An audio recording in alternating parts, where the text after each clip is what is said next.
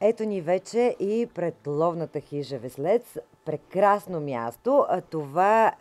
Разкажи ни малко повече, Шукри, за това място. Това е нашия домакин Шукри. Мястото се намира в средата на планината, в най-хубавото място на гората се намира, на около 1300 метра надморска височина. Близо има рекичка, добре устроено. Вилата е на 2 етажа, разполага с 10 стаи, където може да настаним наши гости. Има собствена кухня, има механичка ресторант, която може да се ползва от нашите гости. Имаме също и външно барбекю.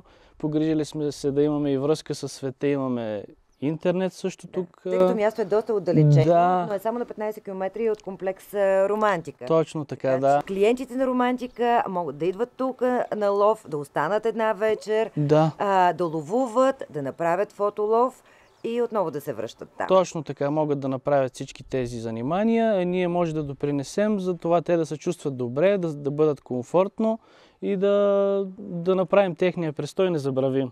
Да, аз си мисля, че не една вечер. Много повече ще ви се иска да останете тук, само ако видите какво ви очаква. И сега се намираме на най-ароматното място.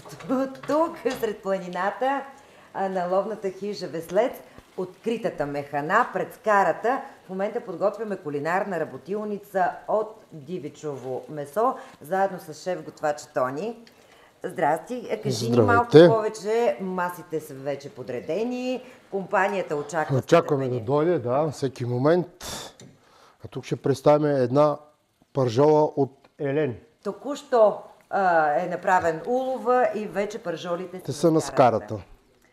Пържола от елени. Какви други неща се приготвят тук? Значи може диво прасенце да направим нещо от този род, така. След улова има си лекари? Задължително трябва да се изследват. Да се изследва? И тогава чак. Докато елена не търпи изследване, може веднага да се консумира. Чудесно, нямам търпение и сега очакваме компанията на това хубаво място.